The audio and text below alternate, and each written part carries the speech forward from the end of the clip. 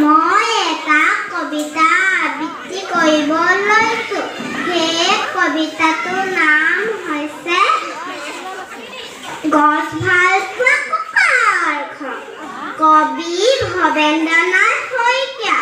ভাল পালো ৰঘুনাথ, তুমি মোক কুতেৰাৰ বিয়ালৈ মাতিলা। পিছে ভাষণ দিবলৈ আমলখি গছজোপা কিয়নো কাটিলা? আলহী অতিথি যাব, ৰভা নাইকিয়া হ'ব। বোৱাৰীয়ে ঘৰখন দিবহি পুৰাই।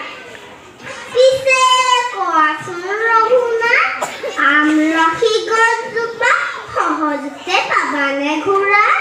দৰাটিক মাতাচোন, এজুলুকা আশীৰ্বাদ দিওঁ আৰু যাওঁ।